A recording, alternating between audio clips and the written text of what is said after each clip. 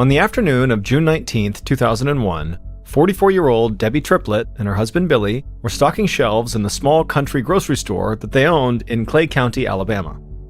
Billy and Debbie had run the store together for almost 20 years, and they had stocking shelves down to a science. They barely even had to look while they were doing it. So today, like most days, they spent the time talking and joking with each other. For as long as they'd been doing this, Billy and Debbie never got bored working at the store together.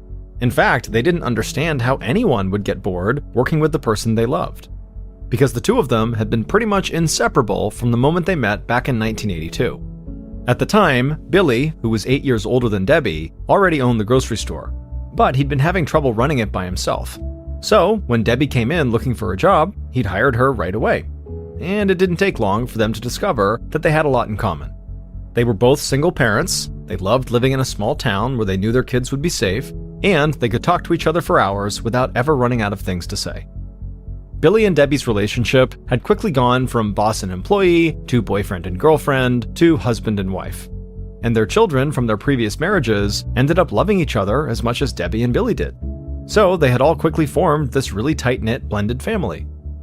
Now, almost 20 years later, the kids had grown up and moved out, but they all lived close by, so the blended family was still together. In the store, Billy kept stocking the shelves, but Debbie glanced up at the clock hanging over the counter and said that maybe they should call it a day. Billy was supposed to meet up with their son Randy, and if he wanted to do that and still get home in time for the first pitch of the Atlanta Braves baseball game, he needed to head out now. Everyone who knew Billy assumed he must have been born in an Atlanta Braves baseball cap, because he wore one pretty much every day. They also knew he absolutely hated to miss a Braves game. But today, Billy wasn't sure if he should just take off, because he really didn't like the idea of leaving Debbie alone at the store. The couple didn't like to talk about it, but on a night about 3 months earlier, when Billy was closing the store on his own, 3 men wearing ski masks had burst in, duct-taped Billy's mouth, shoved him into the walk-in cooler, and then robbed the cash register. By the time Billy had gotten out of the cooler, the men were long gone, but all he could think was, thank God Debbie was not here. Debbie could see the look of concern on her husband's face, and she told him not to worry. Those robbers had not been seen again. Besides, their daughter Michelle was coming by to keep her company for a while, and then she'd close the store because she had dinner plans. Billy thought about it for a second, and then said she was right. So he gave Debbie a kiss and said he would see her at home when she was finished with dinner. Later that afternoon, Debbie's daughter Michelle walked into the store, and the two women immediately started talking like they were best friends. Debbie had Michelle and her brother Michael with her first husband, but they had treated Billy as their dad since they were young, just like Billy's son, Randy, saw Debbie as his mother. Still, Debbie shared a bond with Michelle that was special, even among the kids. They saw or talked to each other every single day. Time always flew by when it was just the two of them, and today at the store was no different. They talked about everything that was going on in their lives, and when Michelle finally caught a glimpse of the clock, she said she needed to head out. But Michelle hesitated, because like Billy, she wanted to make sure her mom would be okay on her own. Despite Billy and Debbie rarely talking about the robbery, Michelle and her brothers knew all about it, and they worried about their parents constantly. Debbie said she'd be fine. She could take care of herself, and after all, she'd been closing up the store for 2 decades. Michelle knew better than to argue with her mother, so she told her that she loved her, and then she left. Debbie worked a while longer on her own, then started closing the store. She emptied the cash register and put all the money into a metal lockbox. She turned off the lights and walked outside with the box under her arm. Then she locked the door behind her and climbed into her minivan that was parked out front. And as she drove down the secluded country road outside the store, Debbie felt excited about her dinner plans, and she hoped the Braves were winning so Billy would be in a really good mood when she got home.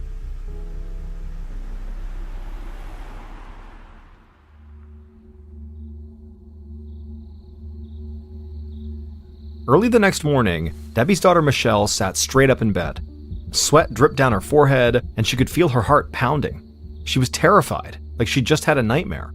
But Michelle knew the fear she was feeling was not because of a dream. Michelle believed that her connection to her mother was something way stronger than a typical bond between mom and daughter. It was almost psychic, like they shared a sixth sense or something. It was like they always knew when the other one was upset or in trouble. And right now, Michelle knew something really bad had happened. She reached over and grabbed her phone off the bedside table and called her mom. When she didn't get an answer, she immediately hung up and called her brother Michael. The second she heard Michael's voice, she said something was wrong with their mom, and since he could get there faster, he needed to get over to her house right away. Michael never doubted the intense connection between his sister and his mom, so he said he was on his way out the door. Michelle hung up the phone, got dressed, and ran out to her car. She sped down the road that cut through most of the small rural towns in Clay County, and then a few minutes later, she turned onto a dirt road that led to her parents' house. As Michelle pulled up in front of the house, she saw her brother pacing back and forth in the yard, and she heard the sound of a police siren in the distance. Michelle got out and ran straight to Michael. He wrapped his arms around her tight and just said, "Sister, they're gone."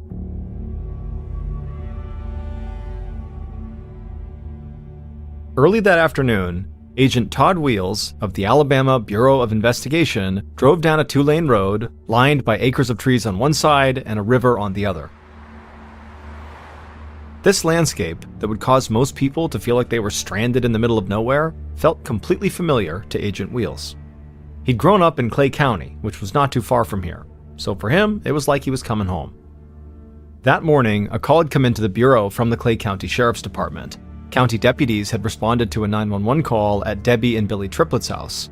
The second they walked inside, they knew the Sheriff's Department did not have the resources to handle this case, so they had asked the state police for help.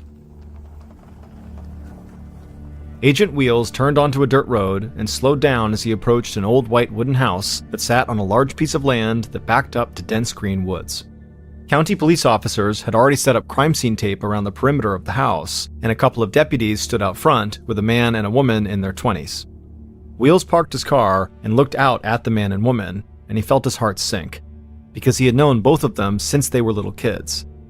Wheels had grown up in a town not too far from where Michelle, Michael, and their brother Randy lived with their parents, and they had always attended rival schools.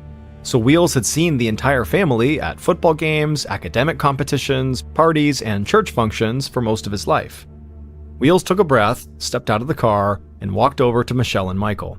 He said he hated seeing them under these circumstances, but he needed to look inside the house, and then he would come back out to talk to them. They both nodded like they barely heard what he said, and Wheels ducked under the crime scene tape, put on a pair of gloves, and headed inside. But before he could even take a few steps, he saw Debbie's body lying on the floor. She was surrounded by a huge pool of dried blood, and there was blood spatter all over the walls. Wheels had worked homicides in much bigger places than this, cities that had reputations for violence, but this attack on Debbie looked as gruesome as anything he'd ever seen. He crouched down and found Debbie's purse beside her. He noticed bloodstains inside the purse, and it looked like somebody had rifled through it. Wheels thought this could be a sign that this was a robbery gone bad, that somebody had broken in, and then when they heard Debbie come home, they rushed over and killed her as soon as she walked inside. Wheels left Debbie's body and walked down a short hallway into the family room. And there, on the couch, he saw Billy's body, covered in blood as well. This was the first reported double homicide in Clay County in over 40 years, and Agent Wheels could not believe he knew the victims. Wheels approached Billy's body when something on the wall right above caught his attention. When he'd first walked into the room, he thought it was blood spatter, but now he could see it was red lipstick. And someone had used this lipstick to leave a message for the police. It was a single word: narc.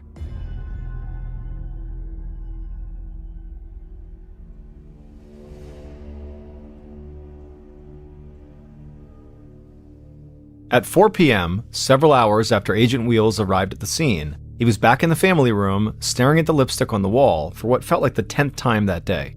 But now he was with members of a state forensics team that had just arrived. Wheels had gone outside earlier to check on Michelle and Michael, and to ask them if they knew what their parents had been doing the night before. Michael said that he and his wife had met his mom for dinner after she closed the store, and then as far as he knew, she went straight home. And both siblings assumed that their dad had watched the Braves game and then just stayed in for the night. Back in the family room, Wheels and the forensics technicians could still not get over the violence that was inflicted on Billy. This was even more brutal than the attack on Debbie.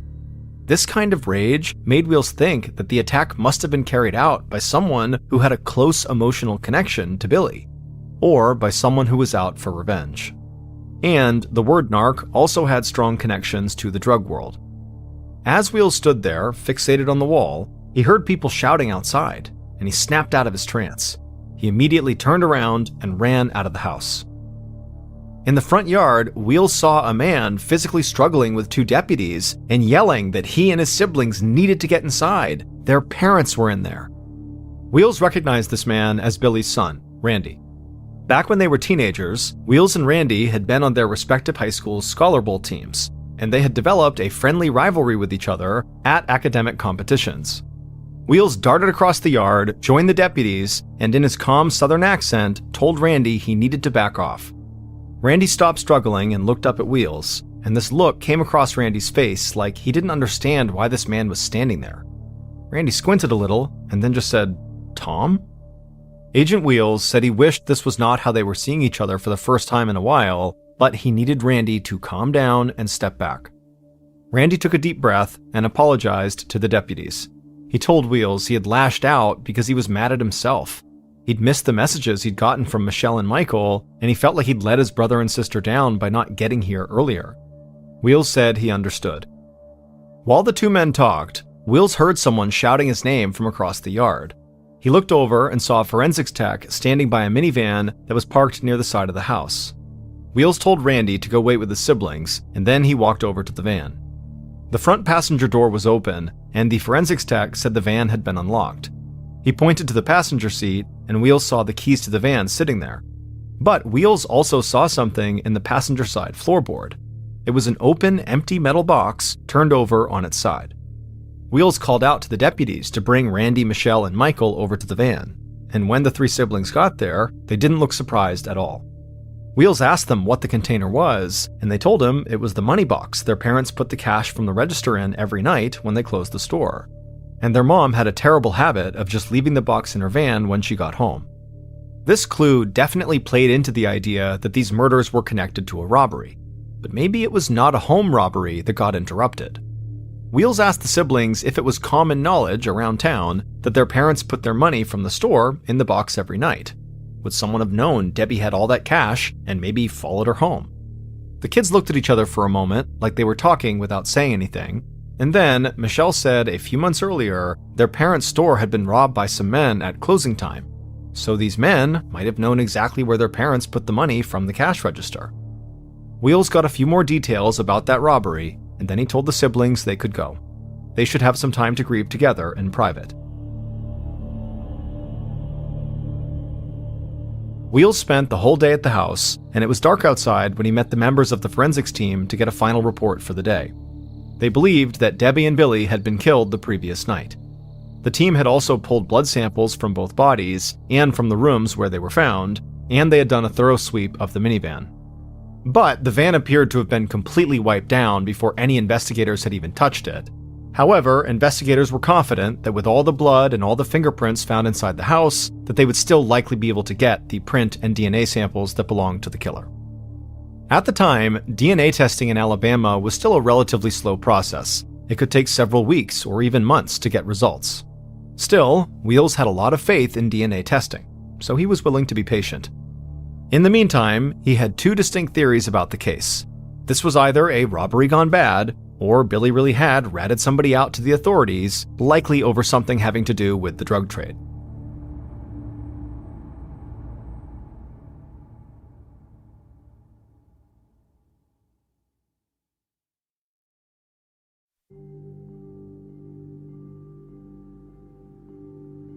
On June 21st, so the day after the bodies had been discovered, Agent Wheels followed Michelle into her house, which was just a few miles away from her parents, and they sat down together in the small front room. Wheels spoke in the calm voice he almost always used on the job. He said he didn't want to imply that anybody was lying, but he had met with county police, and they had no record whatsoever of a robbery that took place at Billy and Debbie's store. So Wheels wanted to know what Michelle and her brothers had been talking about. Michelle sighed. She and her brothers were telling the truth. There had been a robbery. Their parents had just never reported it. Wheels looked totally confused by this. Why on earth would they keep something like that to themselves? Michelle laughed a little and said it was stupid, but her dad had been illegally selling wine and beer, and even a little moonshine out of the back of the store. And he thought if he reported the robbery, the cops would find out about it. In 2001, Clay County, Alabama was what's known as a dry county. This meant it was illegal to sell any alcohol within county limits. When Agent Wheels heard this news about Billy, he laughed just like Michelle had. This was the kind of thing he'd heard about his whole life growing up in Clay County. He knew Billy wasn't running some major bootlegging operation like people had done back during Prohibition. Instead, he was most likely just selling booze to his friends and to some people from town. But at the same time, Wheels could not shake the image of the word narc written on the wall above Billy's body. So he told Michelle he was not worried about Billy selling alcohol to his friends, but he needed to know if Billy was selling anything else illegal. Was Billy mixed up in the local drug trade? This question absolutely floored Michelle. She said there was no way her dad was dealing drugs. Wheels listened, and he didn't say anything, but he agreed with her. And not just because he had known Billy and the family. Wheels was familiar with the growing methamphetamine problem in the area, and he knew from working with colleagues in the state narcotics unit that a lot of the drugs were coming in from out of state, and that Billy did not fit the profile of most local meth dealers and users, who were often younger guys who didn't have steady jobs. So Wheels stood up and told Michelle that was all he needed for now. He said he'd check in with her as often as he could. But before he made it to the door, Michelle told him to wait. Wheels turned and walked back toward her. Michelle said again there was no way her dad was mixed up with drugs, but she did know somebody who was. It was a guy named Leonard Southers, and he happened to be one of Billy and Debbie's closest neighbors.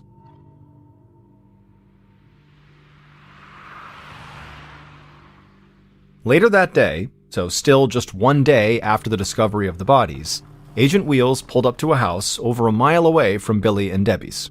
Michelle had been right. Everything was so isolated and spread out around here that this was definitely one of the closest homes to her parents. Wheels stepped out of his car, and he saw the lawn was completely overgrown and there were tools and a bunch of other stuff piled up all around. He took a few steps towards the house, and the screen door flew open. A skinny man in baggy jeans and a t-shirt rushed outside, demanding to know who Wheels was and what he was doing here. Wheels said everything was okay, and then asked the man if he was Leonard. The man nodded and said, "Who's asking?" Wheels introduced himself and said he was with the state police, but Leonard was not in any trouble. In fact, he needed Leonard's help. Wheels took a few more steps towards Leonard, and as he did, he could see track marks on both of his arms, clearly from injecting drugs. And the way Leonard fidgeted and picked at his skin made Wheels think he likely was a meth addict. Looking at Leonard, Wheels mostly just felt pity. This man obviously needed help, but that's not why Wheels was here right now. All of a sudden, Leonard raised both hands into the air to show he was not carrying a weapon, and then he moved towards Wheels. He leaned in really close and then pointed to the trees surrounding his house, and in a hushed voice, he asked if Wheels could see the men up there. Wheels turned and looked up at the trees, and as he did, Leonard started laughing. He said the men were in camouflage, so they were almost invisible, but he knew they were there. And he knew they were men like Wheels, agents that the government sent to watch him all the time. As calm as Wheels was, and as genuinely sympathetic as he tried to be whenever he was working a case, he knew he could change his personality on a dime when he needed to. It was like there was a switch in his head, and in that moment, Wheels flipped the switch.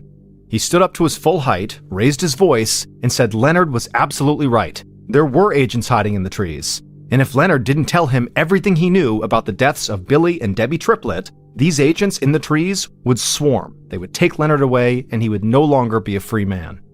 Leonard suddenly looked scared, but he quickly said he did want to help. He had heard Billy and Debbie got killed, and he was sad about it. They were nice people, both of them. Wheels flipped the switch again, and his calm voice came back. He told Leonard if he wanted to help, he needed to tell the truth and admit if he had gone over to Billy and Debbie's house to rob them, maybe for drug money. Leonard shook his head. He would never steal from them or try to hurt them. Wheels spoke with Leonard a while longer in the front yard, and by the time he left, he had a primary suspect. Leonard was a drug addict, and he was extremely paranoid. There was even a chance Leonard had convinced himself that his neighbor Billy was going to turn him in to the police for buying and using drugs, which in Leonard's mind would make Billy a narc. In the days following the murders, Agent Wheels had his team dig into Leonard's background and his history of drug use. Still, Wheels did not want to overlook anything, especially if it was because of a personal bias. He did not believe that Billy or Debbie had any connection to the local drug trade, but he needed to make sure. He asked for help from the state narcotics unit, and they said they would search their records to see if Billy or Debbie ever appeared as suspects or informants, or if any agents knew anything about them. In the meantime, Wheels was still waiting on the results of the DNA tests from the blood samples taken at the crime scene. But he did get an update on the fingerprints found throughout the house. At this point, all of the prints that had been pulled matched Billy, Debbie, and their kids, who had provided prints to the county police. So investigators figured the killer must have worn gloves, which probably meant they would not find any useful prints on the cash box either. This was not surprising, but Wheels still got frustrated. The investigation was in its early days, but he had hoped he might get lucky with the fingerprints and find a clear piece of evidence that pointed to the killer. Wheels always felt a real responsibility when investigating a murder to try to bring the killer to justice as quickly as possible, but he knew this case was something different. He had never worked a homicide where he actually knew the victims and their family, and so every day that he didn't find the killer made him feel like he was letting Michelle, Michael, and Randy down. About a week after the murders, Wheels got word from the narcotics unit that they didn't find anything on Billy or Debbie. It seemed pretty clear they had no connection to illegal drugs. In addition to that, because Billy and Debbie never filed a report about that store robbery, there were no leads on the men who had committed that crime. So, Wheels was basically where he'd been a week earlier, with the drug addict Leonard as his primary suspect. Still, Leonard being an addict and being paranoid about men in the trees did not automatically make him a killer. Wheels had to find something concrete to tie him to the murders. And about 1 week later, Wheels was going back over his notes when he got a phone call. And as soon as he heard the caller's nervous, shaky voice, he knew it was Leonard. And Leonard said that Wheels needed to come to his house right away because he had found blood on his money.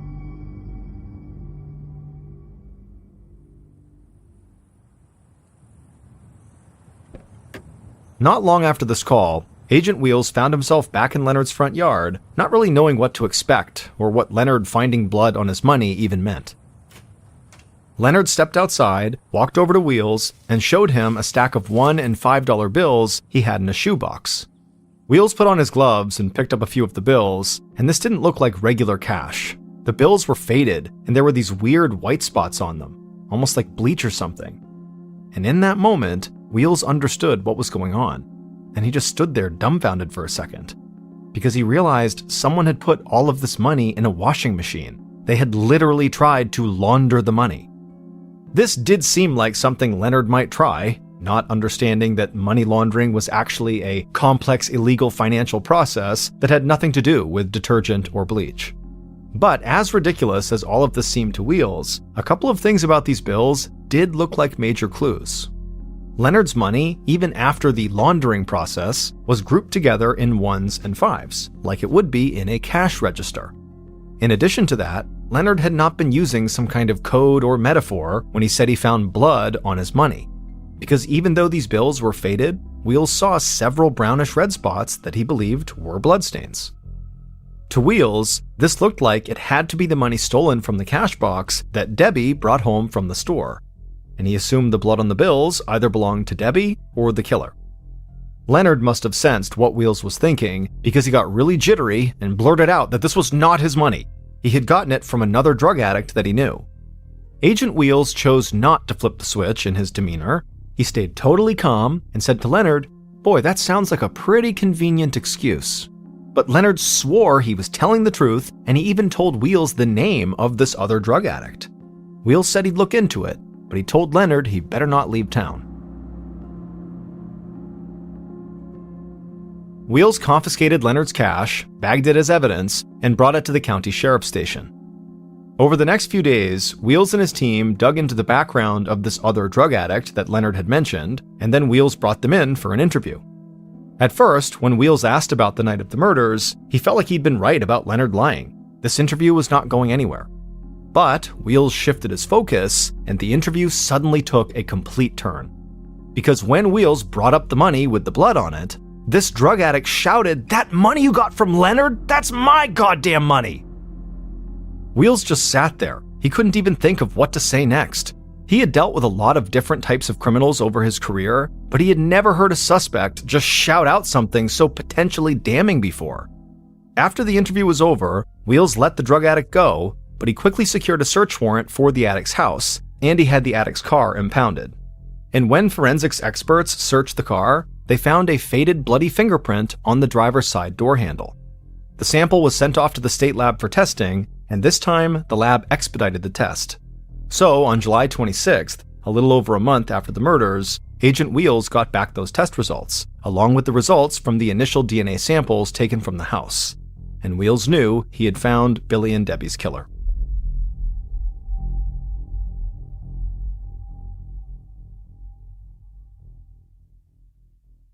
Based on DNA testing, interviews, and evidence found throughout the investigation, the following is a reconstruction of what state police believe happened to Billy and Debbie Triplett on June 19, 2001.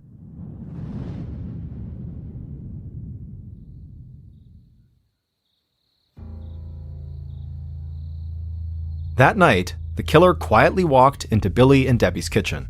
They could hear the Braves game coming from the TV in the family room. The killer opened a drawer and pulled out a sharp knife. They carefully slid the knife into their back pocket and then walked into the family room. Billy sat up on the couch, and the killer immediately started shouting at him. Billy shouted back and was about to get off the couch, but the killer ran across the room and leapt on top of him. They struggled, but the killer pinned Billy down and without even looking, grabbed something heavy off the coffee table and started wildly slamming it into the side of Billy's head. Blood sprayed on the walls and all over the couch as Billy stopped moving. The killer got up, drew the knife from their pocket, grabbed Billy, and slit his throat. But the killer didn't stop. They kept digging the knife deeper into Billy's neck until they had almost decapitated him. Finally, the killer stepped back, walked away, and went to the kitchen. They washed the knife off, rinsed their hands and face, and set out some cleaning supplies. Then they picked the knife back up, went to the family room, sat down, and waited while the baseball game kept playing on TV. At 10 p.m., a few hours after the killer had arrived at the house, they heard a car pull up outside. They quickly turned off the TV and ran toward the front of the house, carrying the knife and the blunt object they'd attacked Billy with. They flipped off the light in the entryway and crouched down against the wall not far from the door. The killer heard footsteps just outside, and they clutched the knife tight. The door unlocked, and the killer saw it swing open. And before Debbie could even turn on the light or call to her husband, the killer leapt out of the darkness, grabbed her, slammed the blunt object into her head, and cut her throat too. Debbie's body collapsed just inside the door. The killer flipped on the light, put the knife back in their pocket, and grabbed Debbie's purse. They took out Debbie's car keys, and they saw a tube of lipstick. They walked into the family room, and with the lipstick, they scrawled the word "narc" on the wall over Billy's body. After that, they walked through the house, got the cleaning supplies they'd laid out in the kitchen, and then stepped over Debbie's body and went outside to her minivan. The killer opened the passenger door and saw the metal cash box on the floorboard. They found the key for the box on Debbie's keyring they'd stolen, opened the box, and stuffed the money from it into their pockets, getting blood from their hands all over the cash. The killer quickly wiped down the van with the cleaning supplies and tossed Debbie's keys onto the passenger seat. Then they ran to their car with their hands and pockets filled with cash, cleaning supplies, lipstick, and the murder weapons, and they drove straight home.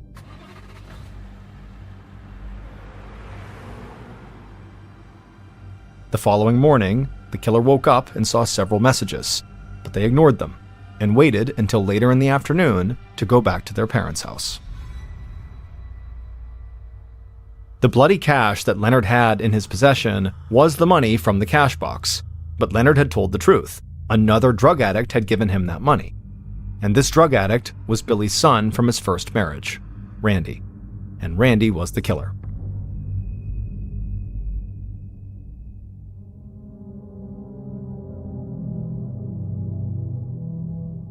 It turned out Randy's drug habit had been going on for years. He struggled to get work, and he almost never had any money. Billy had continually bailed his son out financially, but recently, Billy, and especially Debbie, had just had enough, and Billy had met with his son more than once to tell him they were cutting him off.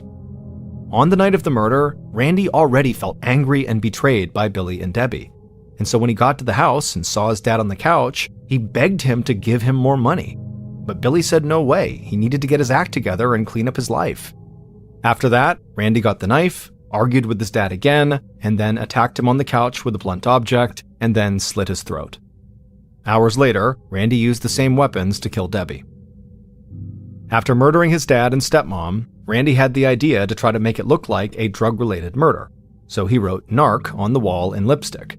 And he figured if that didn't work, police would assume this crime was connected to the earlier robbery at his parents' store. And Randy was right. Investigators focused on both of these theories. But during the investigation, Randy started to panic, and at one point, he literally tried to clean the blood off the cash he had stole in the laundry machine, but when that didn't work, he just gave the bloodstained cash to Leonard, assuming Leonard would hold on to it for him and keep quiet until the investigation died down. But Leonard called Agent Wheels and told him that Randy, who he'd known for a long time and who he did drugs with, was the person who gave him this money. Then, when Randy came in for questioning, he inexplicably shouted out that the blood-stained money was his. Wheels then moved in on Randy, his former Scholar Bowl rival, and had his car impounded. And the DNA sample that was taken from Randy's car door handle would match DNA samples from the crime scene. The blood belonged to Debbie, and Randy had just gotten some of it on his car after killing her. Randy was sentenced to life in prison without parole. But in 2016, he hanged himself in his prison cell. Michelle still thinks about her mother all the time, and she continually reminds people to hug the ones they love, because nobody, no matter how deep a connection they share, knows how much time they have together. In January of 2015, a 27-year-old Texas man named George Pickering III suffered a massive stroke. He was immediately admitted to a hospital where he was put on life support, and then doctors delivered some bad news to his family.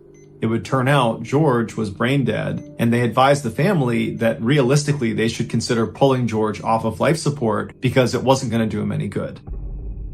George's family was totally devastated by this news. In fact, George's father was so upset he just left the hospital altogether. And so in his father's absence, George's mother and brother wound up talking to doctors and saying that yes, we are prepared to pull George off of life support. After they consented to have this done, they put George on an organ donor list and then began making funeral plans. When George's father came back to the hospital later that day and found out his family had consented to have George pulled from life support, he was furious. He did not believe his son was just totally brain dead and there was no hope. He felt like they should at least try to give him a little bit more time to potentially give them a signal that he was okay. But George's mother and brother told George's father that they had spoken to the doctors and there was just no hope. There was no reason to delay this process. It was time. But George's father was totally not having it. He stormed out of the room and he found the doctors and he demanded they keep his son on life support just a little bit longer. But the doctors told him there really is no reason to do that. And in fact, all you're doing is jeopardizing the people that need his organs, that are waiting for this organ transplant. And so really what we need to do is actually expedite taking him off of life support because that's the best thing to do right now.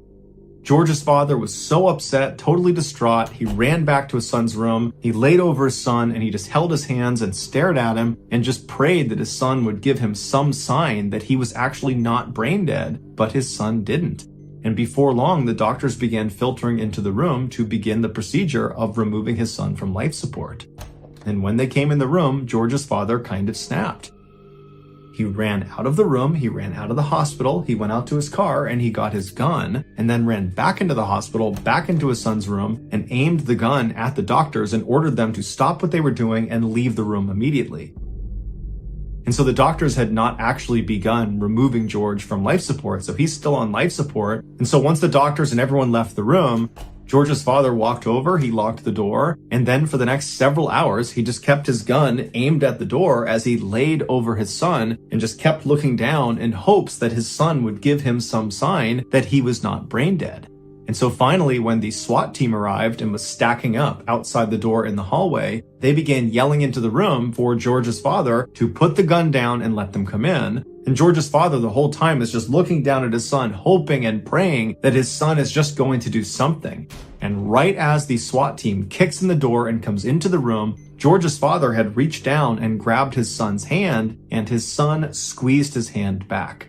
And as soon as his father felt that, he dropped the gun and he surrendered peacefully to the SWAT team. And then the SWAT team put George's father on the ground. And as he's being detained, George's father is yelling for the doctors to come in the room. My son is okay. And sure enough, when the doctors came in the room, George was okay. He was moving his hand, his eyes were open, he was making good eye contact, and before long, he made a totally full recovery.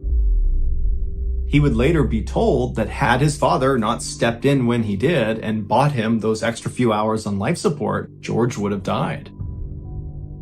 As for George's father, he was ultimately sentenced to 10 months in prison for his aggravated assault with a deadly weapon, but he and the rest of his family think what he did was certainly worth going to prison for.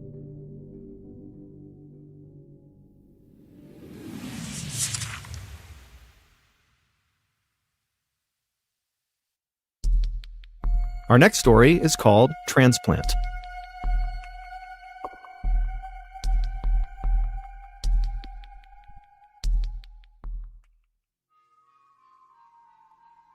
When Conrad Rowland was a little kid, he was always on the go. One time when he was at the grocery store with his mother, he leapt out of the cart and ran away from her, and she found him stuck inside of a freezer. After that incident, she literally made him wear bells on his shoes when they were out in public so she didn't lose track of him. But by the time Conrad was just 4 years old, he had discovered athletics. And instead of putting his energy into running away from his mom, he focused it exclusively on baseball, basketball, soccer, and tennis. And by the time he was 11 years old, he was an exceptional all-around athlete. And at the time, his school announced they were going to have this special guest speaker at an assembly, and it turned out to be the Hall of Fame baseball player Rod Carew. And Conrad was just blown away. He just could not believe he was in the presence of an actual professional athlete, let alone a guy that had achieved the success Rod Carew had. And so after this assembly, when he got home, it was all Conrad could talk about, was just how incredible Mr. Carew was and how he, Conrad, was gonna be a professional athlete just like Mr. Carew. For many kids, this would just be a phase. They'd be really invested in sports, and then their interest would go somewhere else, and they'd kind of forget about it, and it would not be their life calling anymore. But for Conrad, the impression Rod Carew left on him was so profound that he never wavered. He really did dedicate himself to becoming a professional athlete, and he would be successful, albeit in a different sport. He became a professional football player in the NFL. And in 2012, Conrad started nearly every game for the New York Jets at tight end. It was like his professional career was going off without a hitch. But in 2013, he injured his knee, which sidelined him for about 2 years. And even though he diligently rehabbed and got back to full strength, the teams were not really ready to take a flyer on him because they were worried his knee would just give out again. He continued to train extremely hard in hopes of landing another contract, but his playing career was starting to look bleak. During the 2016 offseason, Conrad was back home in California visiting his family.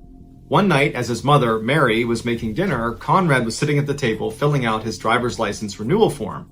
And when he got to the section where it asked him if he wanted to be an organ donor, he stopped and he asked his mother, are you an organ donor? And she would say, yeah, I am. And so Conrad said, okay, then I will be too. And he checked the box. And Mary remembers thinking, gosh, I really hope it never comes to that. A few months later, Conrad was working out in a local gym getting ready for the next season when he developed a sudden and severely painful headache. He tried to keep working out, but he just could not do it, so he stepped aside and he called his mom and he told her that he felt this weird click in his head and then he felt this blinding pain behind his left eye. His mother told him he needed to go to the hospital right away.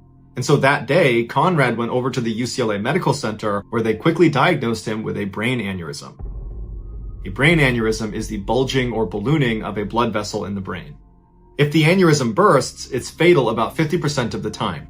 And for the people who survive a ruptured aneurysm, most likely they will suffer from significant neurological deficits. After his diagnosis, Conrad remained positive and assured his family he was going to kick this thing's butt. But on December 12th, just 4 days after he was admitted, Conrad's aneurysm burst and he never regained consciousness. Because Conrad was an organ donor, the doctors kept his body on life support and they called the recipients at the top of the donor lists. One of them was a man in his 70s who a year earlier had suffered a massive heart attack and desperately needed a new heart. When he and his wife got the call, they were shaking. They couldn't believe it. His life was about to be saved. They already lived right near Los Angeles, so they hopped in their car and they sped to the UCLA Medical Center, and shortly thereafter, news out of the operating room was the transplant had been a success.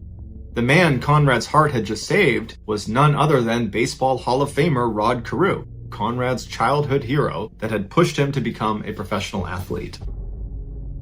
At first, the families had no idea, but eventually this incredible link was discovered and immediately the two families bonded. Today, because Conrad's family only lives 12 miles away from Rod Carew and his family, Conrad's mother was given a standing invitation by the Carews to stop by anytime she wanted to listen to her son's heart.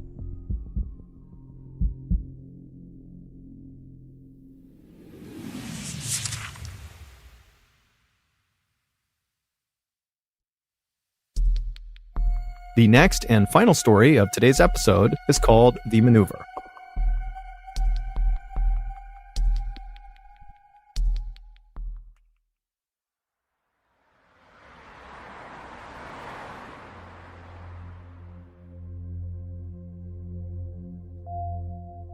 On the morning of August 1st, 2009, 44-year-old skydiving instructor David Hartsock pulled into the parking lot of Skydive Houston in Texas and then made his way inside. A few minutes later, and Dave, like the rest of his colleagues, was hard at work getting ready for the day before the facility opened up and the inevitable weekend rush began. Skydive Houston is actually just a private airport, and it's not really in Houston. It's located about 30 miles to the northwest of Houston in a city called Waller. The main facility of Skydive Houston is situated right up against this huge open airfield that basically looks like a big green grass field, and the main facility itself is comprised of several large buildings, one of which is a huge hangar that contains the Super Twin Otter airplanes, which are the little aircraft that bring the skydivers up so they can jump out. Because Skydive Houston offers something called tandem jumping, it gets a lot of first-time jumpers. Tandem jumping is when a skydiving student attaches to the front of their instructor. Literally, they're buckled onto them, and then the two of them leap out of the plane together, with the student never detaching from the instructor. This method allows the student to just kind of go along for the ride and have no responsibility, while the instructor who's attached to them does everything. They make sure they're both stable in the air, they're the ones that pull the ripcord to deploy the chute, they're the ones that land them safely on the ground. And so obviously, tandem jumping really appeals to first-time jumpers. Dave had finished his 3-year-long training course to become a certified skydiving instructor just a few months earlier. But even prior to going through this course, Dave was already a very experienced skydiver with over 800 jumps to his credit. And the reason he had so many jumps is because Dave loved skydiving. It had given his life a focus that really nothing else ever had. Dave had always been a kind of average guy. He lived in a very modest house in a suburb of Houston, and for much of his life, he had worked very normal blue-collar jobs, like he had been a cook at 2 different chain restaurants, he had managed a grocery store, and he also had worked at a soda bottling plant. Dave was divorced and had no kids, but he had a really good group of friends who liked to go to bars and go bowling and play darts. And while Dave was never really unhappy with the way his life was going, as he started to creep into his 40s, he couldn't help but think, I haven't really done anything big or important in my life. And so, in 2004, not long after Dave got divorced, one of his good friends asked him if he wanted to go skydiving with him to celebrate that friend's 40th birthday. And Dave immediately thought to himself, this is it. This is a chance to do something big with my life. And so he told the friend, yes, I'd love to go. And after that first jump that Dave did with his friend, Dave was hooked. Whenever Dave was falling through the sky at over 100 miles per hour, it was like nothing else in the whole world even existed. Life became very simple and beautiful. The manager at Skydive Houston saw Dave come in every weekend for years to do all these jumps, and finally he just offered Dave a job. And so that was how Dave left the soda bottling plant to become a skydiving instructor. So, August 1st, 2009 was a Saturday, and Saturdays at Skydive Houston were incredibly busy with basically non-stop tandem jumps all day. Whenever Dave was not working, so he was jumping on his own, he would always pack his own parachute because, like many other skydivers, he liked to make sure it was done exactly right. But when Dave was working, especially on Saturdays when it was so crazy busy, he didn't have time to pack and repack his parachute after every single jump because he was constantly being sent up again and again and again to take another student. And so instead, he would take one of the pre-packed parachutes that were left out for instructors inside of their clubhouse. That particular Saturday in August of 2009 went very quickly, with Dave going up one after another with different students and jumping out and pulling the chute and landing safely over and over again. And then finally, at the end of the day, right around 4 o'clock, when Dave was getting ready to be done for the day, his manager came up to him and said, "Hey, do you mind doing one more tandem jump?" And even though Dave was really exhausted, he's dripping sweat, it's super hot outside, he'd done 6 jumps that day, which was a lot, he said, "No problem." And so the manager introduced Dave to a short blonde woman who was visibly nervous named Shirley Diggert, who was there to celebrate her 54th birthday by skydiving for the first time. Her husband, her son, and her 3 grandkids were also there to watch her from the ground and take pictures, and her other son, who was celebrating his 30th birthday, he too was going skydiving. As soon as Dave walked up to Shirley, he grinned and stuck out his hand, and he made the same kind of corny joke he always made with nervous first-time jumpers, and that was, "Don't worry, you're going to be just fine. You're going to be strapped to me, and I'm not about to let anything happen to myself." And so Shirley laughed, and she did seem like she was a little bit at ease, and so Dave patted her on the shoulder, and then he walked over and he grabbed one of the pre-packed parachutes off the wall. These chutes actually contained 2 parachutes inside of the backpack. There was the main chute, which typically is the only chute that gets deployed on a jump, and then there was the reserve chute, which is a little bit smaller and is not normally used unless there's some sort of emergency where the main chute fails. After every jump, because the main chute has been deployed, it gets repacked and stuffed back into the backpack. But the reserve chute, because it almost never gets deployed, just stays packed. And so, Skydive Houston, like basically every other skydiving facility, has certified technicians come in periodically to test the reserve chutes inside of the bag to make sure they're still packed exactly right. After grabbing the pre-packed parachute off the wall, Dave walked back over to Shirley, who was now in the staging area putting on her flight suit. A flight suit is a single garment, kind of looks like a big onesie for an adult. And so Dave walked over, he put the parachute down, he tugged and pulled on her flight suit to make sure it was good, and then after he was satisfied, he picked the parachute back up and he signaled to Shirley, as well as Shirley's son, who was also skydiving, to follow him. And so the trio, they left the staging area, they went outside right to the airfield where there was a Super Twin Otter idling and other jumpers were climbing on board to go for a jump. And so Dave, Shirley, and Shirley's son got in line, they boarded the plane, and a few minutes later, they were airborne.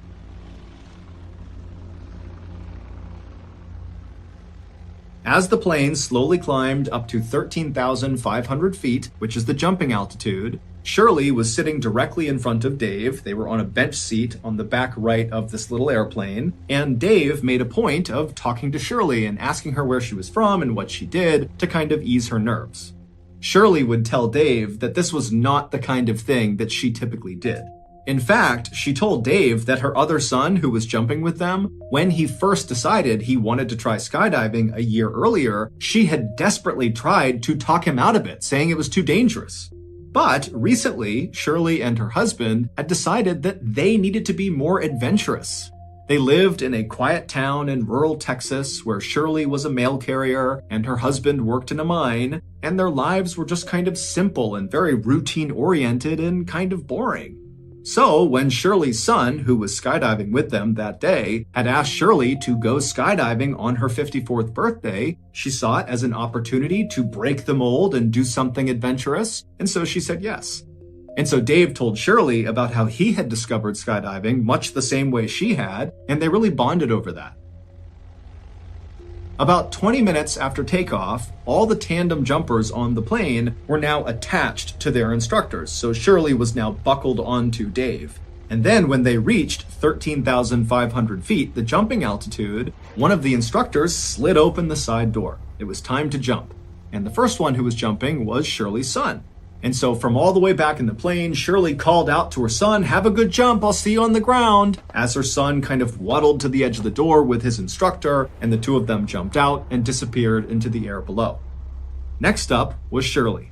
So Dave told Shirley very calmly to stand up, and so they did. They stood up right next to their bench, and then before they waddled towards the exit, Dave, for what felt like the millionth time, checked to make sure he really was securely fastened onto Shirley, and then Dave tapped his ripcord right behind him, kind of like muscle memory, reminding himself where to go. He tapped his knife on his shoulder. He kind of just felt his equipment, and then feeling ready, he said, "Okay, Shirley, let's go." And then the two of them kind of waddled their way towards the front of the plane where that door was slid wide open, and then they turned, so Shirley's feet were right on the edge, basically looking out into the sky right outside. And so it's really loud, it's very windy, and Dave is right in Shirley's ear saying, "Okay, I'm gonna count to 3 and we're gonna jump."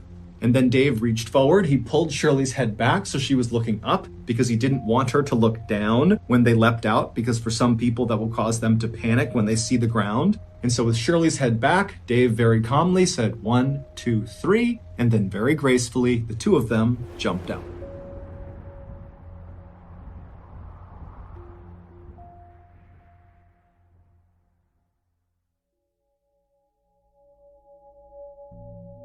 From the moment you jump out of a plane at 13,500 feet until you touch the ground, it takes maybe 2 to 3 minutes with about 30 seconds to a minute of actual freefall. But that 2 to 3 minutes is so intense, it feels like it's 20 minutes long. And this was what Dave loved so much about skydiving, that intense presence you feel, that you're really in the moment. There's nothing else you can think about. It's just you careening through the sky towards the earth. It's incredible. Dave had actually had a number of close calls in his life. Like a few years earlier, he had been riding his motorcycle when somebody hit him in their car and he fractured his skull. And then not long after that accident, he was in another accident where he fractured his spine. And after each of those two accidents and a few others, the only thought in Dave's mind was, "Oh my goodness, I hope I can skydive again." And miraculously, he had been. He had made full recoveries, and he was back to skydiving each time. And so now, whenever he jumped out of a plane, he just felt so lucky. The plan for that evening's jump was for Dave to rotate them 360 degrees 3 separate times so Shirley could get a full look down across Houston and all over Texas and just kind of see the world around her from so high up in the air. And then, whenever Dave noticed that they were at 5,000 feet using his wrist altimeter, which is basically like a watch that tells you how far you are from the ground, Dave would pull the ripcord, the main chute would deploy, and they would float gently down to the ground. And at first, that is how this jump went. After they exited the plane, they stabilized in the proper horizontal position with Shirley in front, her stomach pointing toward the ground, and Dave obviously right behind her, controlling the skydive. And then after a few seconds, Dave slightly changed his body position and began rotating them 360 degrees so Shirley could look down and see all the highways and cars and barns and houses and the city off in the distance. I mean, it's this spectacular view. And as you're falling through the sky, especially in the first few seconds of a jump, you can't tell that you're going super fast, but you're going over 120 miles an hour, which is called terminal velocity. It's literally the fastest you can fall in the air. And so you're blazing towards the ground, but it almost feels like the air is pushing you back up. And so Shirley's having this incredible first-time experience, just really taking it all in. And Dave, even though he had done this hundreds of times, was having a wonderful time as well. But Dave really was just focused on his altimeter, because when they hit 5,000 feet, he needed to pull the parachute. And so they're cruising along, Dave's checking his altimeter over and over again, and then finally he sees 5,000 feet, he quickly looks around him to scan for any other jumpers, he's clear, and so he reached back and he pulled his ripcord handle for his main chute. Now, normally, when you deploy your main parachute, depending on what kind of parachute you're using, there's actually kind of a slow unfurling. It's not like suddenly the chute is deployed and then you just stop. That would not work. You'd get destroyed every time you skydive. So the way it's packed is it kind of unfurls slowly, and it's like a gradual slowing down. But after Dave has pulled the ripcord handle, there was an immediate yank of the parachute backpack up and away from him, and then from somewhere above him, he heard a loud popping sound. Now, Dave had jumped enough times to know that this was not normal. There was a problem, and he would be right. The main parachute had deployed out of the backpack, but it got tangled on the way out, and so it did not inflate at all, and so as a result, it was not slowing them down at all. But worse than that was this tangled up parachute was still attached to them, and it kind of became like a sail. And it turned Dave and Shirley onto their sides and began whipping them around in something called a death spiral, where literally you're just spinning so unbelievably fast that normally jumpers will actually lose consciousness. They're spinning so fast. But Dave, being a very experienced skydiver, he tried to stay calm. He tried to track his way out of this death spiral, which is when you put your arms and legs straight and try to go in a straight line through the air. But it didn't work. He just kept on spinning faster and faster. And at this point, Shirley, she's practically losing consciousness. She's yelling what's going on. And Dave is just trying to stay calm. He's still trying to get out of it, but he knows there's no way.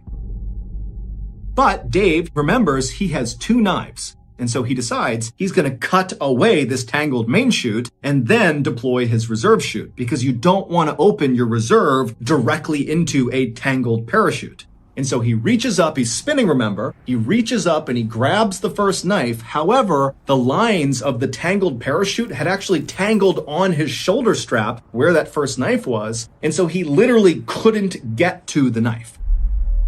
And so now they're below 5,000 feet. They're at like 4,000, closing in on 3,000 feet. I mean, they're coming close to the ground here, and they don't have a canopy.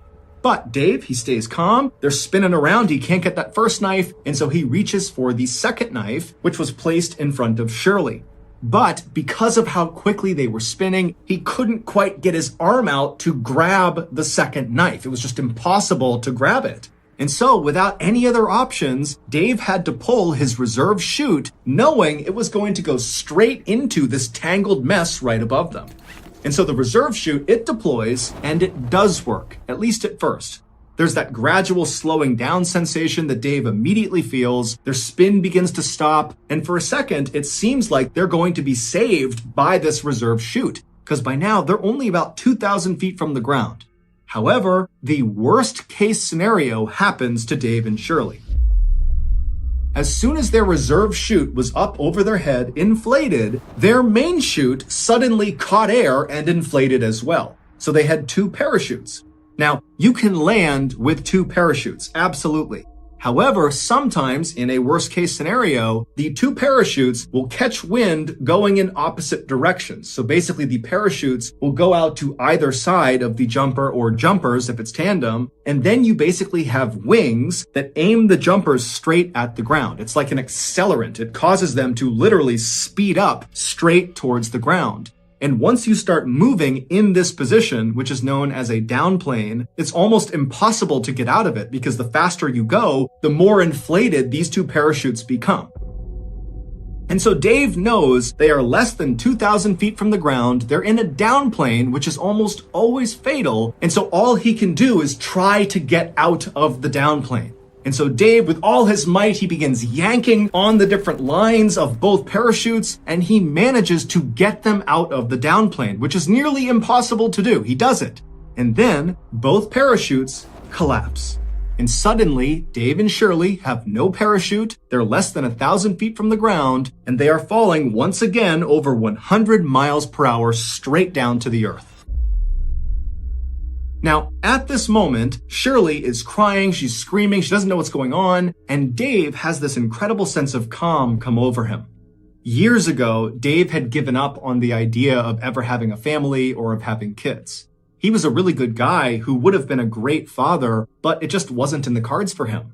Instead, Dave had found skydiving. Oftentimes, Dave would stay late at Skydive Houston and just sit around the campfire with the other instructors and the other jumpers and drink beers and eat burgers and tell stories. And sometimes Dave would even sleep the night at Skydive Houston because he didn't want to go back home to his empty 3-bedroom house where all he wanted to do when he was there was go skydiving again. But now, literally staring down his own death, knowing that it's going to happen any second, the only thing he could think about was Shirley. He didn't care if he died. He felt like he had found his calling. If he died doing it, so be it. But Shirley, her husband, her son on the ground, her son skydiving, her 3 grandkids, they're going to see Shirley hit the ground and die. He just couldn't handle it. He thought, I have to do something to protect Shirley. And with only a few hundred feet to the ground, Dave yelled to Shirley, "Tuck your knees up." And Shirley immediately did it. She threw her knees up, and as she did, Dave pulled back as hard as he possibly could on the risers and the toggles in an attempt to switch places with Shirley. Shirley was in front of him. Her body's going to hit the ground first. Dave flipped them around so that his back was going to hit the ground first. He was going to sacrifice himself to maybe save Shirley.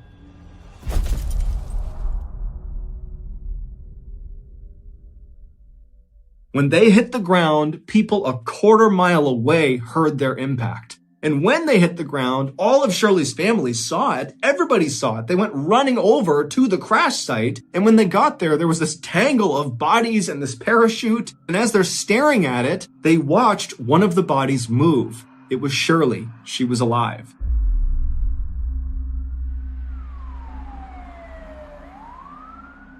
After paramedics arrived, they cut her off of Dave's body and they rushed her to the hospital where she had serious injuries, several broken vertebrae, and very significant internal injuries, but none of them were life-threatening. She would survive. However, 3 days after arriving in the hospital, Shirley got devastating news. Dave had been rushed to the hospital as well right after Shirley had, but he finally had succumbed to his injuries and passed away. Dave's last-ditch maneuver had worked. He had saved Shirley's life at the cost of his own. However, not long after Shirley and her family found out about Dave's death, they got another call, and this time it was to tell them that the news about Dave's death was premature. He was not dead. However, he was paralyzed from the neck down. A few weeks later, after Shirley got out of the hospital, she immediately went to the intensive care unit where Dave was being treated to see him for the first time since their accident.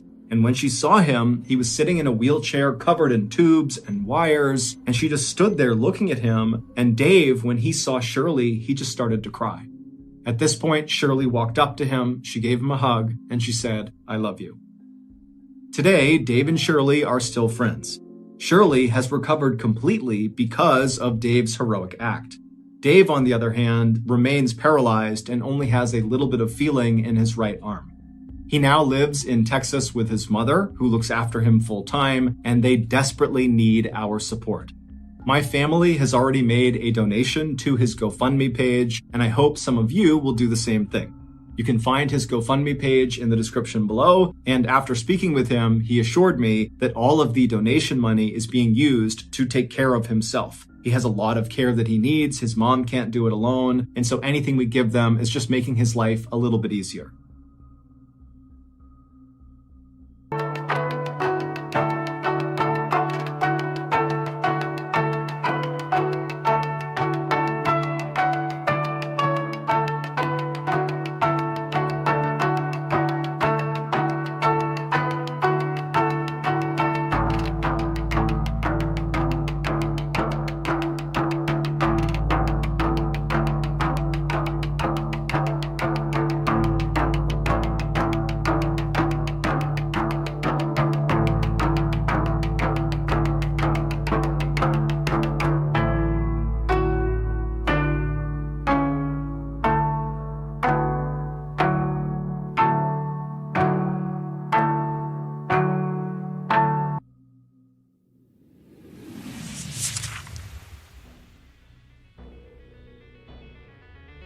Thank you for listening to the MrBallen Podcast. If you enjoyed today's stories and you're looking for more strange, dark, and mysterious content, be sure to check out all of our studio's podcasts. They are this one, of course, MrBallen Podcast, and we also have MrBallen's Medical Mysteries, we have Bedtime Stories, and also Run Fool.